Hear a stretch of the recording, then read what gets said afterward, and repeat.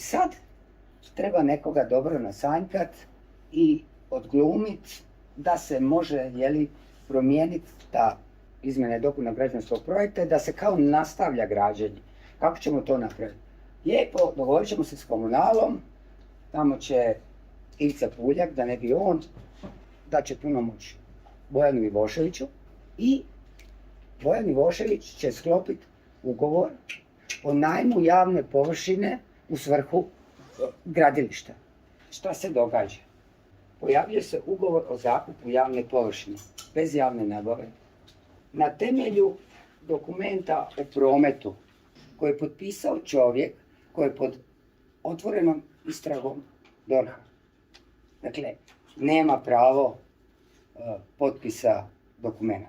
Znači, ovaj ugovor ne samo da je potpuno besmislen, saobraćajna suglasnost ne može biti osnov za najam površine za građenje. To može biti, recimo, građevinska dozvola ili nešto drugo, ali ne prometna suglasnost.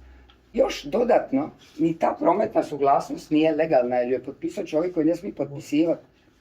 Banovina izdaje uvjete za promet, na temelju toga iznajmljuje javnu površinu i onda idemo čitati ugovor.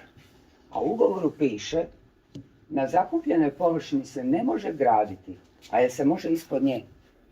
Taj ugovor o najmu javne površine, koji je iznajmio među inim stvarima čestice HŽ-a, čestice nerazvrstanih cesta, dakle javnog dobra u općoj upotrebi, što se ne može, ima u sebi jednu rečenicu: zakupnik se ne može zakupljenu javnu površinu koristiti u druge svrhe bez prethodnog odobrenja zakupodavca.